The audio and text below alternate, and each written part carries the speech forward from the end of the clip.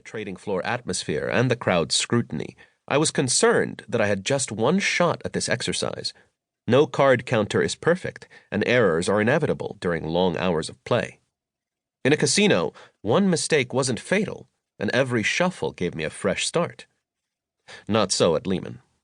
Here, a momentary lapse in concentration or a slight miscalculation would not only make me a laughingstock, but also destroy my job prospects. Despite my misgivings, I was keenly aware that any sign of apprehension on my part would be perceived as a show of weakness. Even though I had spent only a short time on the trading floor, it was apparent that testosterone ruled the day. I had no choice but to bite the bullet and submit to this public test. If I failed and fell flat on my face, then so be it. I picked up the deck and gave a nod to the timekeeper to start the clock. He did, and I flew through the cards in a controlled frenzy, like I had done countless times before. I scanned them in groups of 2 or 3. It would have been impossible to count 51 cards individually in such a short time. I had only a fraction of a second to eyeball each bunch and determine its count. After what seemed like ages, I reached the end of the deck and shouted, "Done!" The timekeeper stopped the clock with 2 seconds to go. The trader with the mystery card crossed his arms and glared at me. "Okay, hotshot. What's the card?"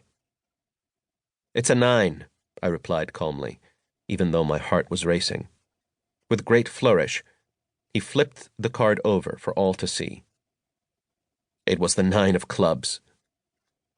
I breathed a quiet sigh of relief while maintaining a nonchalant attitude. Of course it's a 9. What else could it be? The crowd murmured its approval and dispersed. I slumped into a chair. A tall, bespectacled man wearing a gray suit and a strangely benevolent smile put the cards back in their case and motioned me to follow him.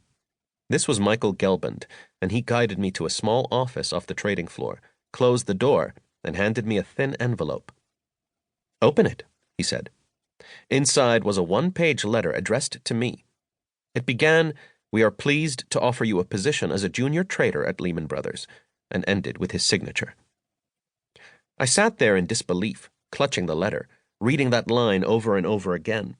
Against the advice of my family and friends, I had given up on a career in computers and devoted 2 years of my life to blackjack. It had been a struggle, but I had beaten the casinos and grown my bankroll to 32 times its original size. And now, I had thrown a Hail Mary to the biggest casino of them all, Wall Street, and scored a job offer on the spot. I had made the journey from San Francisco to New York for this interview on a whim, figuring that I was wasting my frequent flyer ticket on a foolish pursuit. Lehman had insisted that I pay for my own flights because you don't seem serious about this business. An obvious fact that was hard for me to argue against. After an initial reluctance, I had decided to take a chance and used my airline miles for the trip.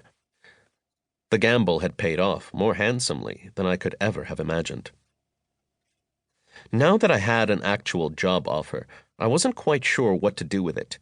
Michael expected a yes right there and then. However, sitting in that office, I wasn't prepared to uproot myself from a city that I adored and relocate to one that terrified me. I cleared my throat and said, "I need to think about it. I'll let you know in 2 weeks." Michael looked flummoxed, the smile evaporating. 2 weeks? Are you out of your mind? Do you have any idea what we're offering you? Look around. Half the people on this trading floor get paid more than most CEOs.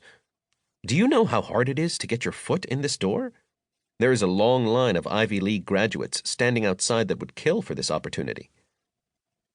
I didn't know, and I almost didn't believe any of it. Never in my wildest dreams did I expect to land a Wall Street job so quickly. An initial rush of euphoria was quickly followed by a growing sense of dread. What had I gotten myself into?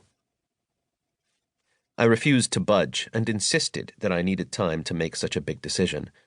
In the end, Michael relented and gave me the 2 weeks that I had asked for. The next day, I flew back to San Francisco to ponder the biggest gamble of my life.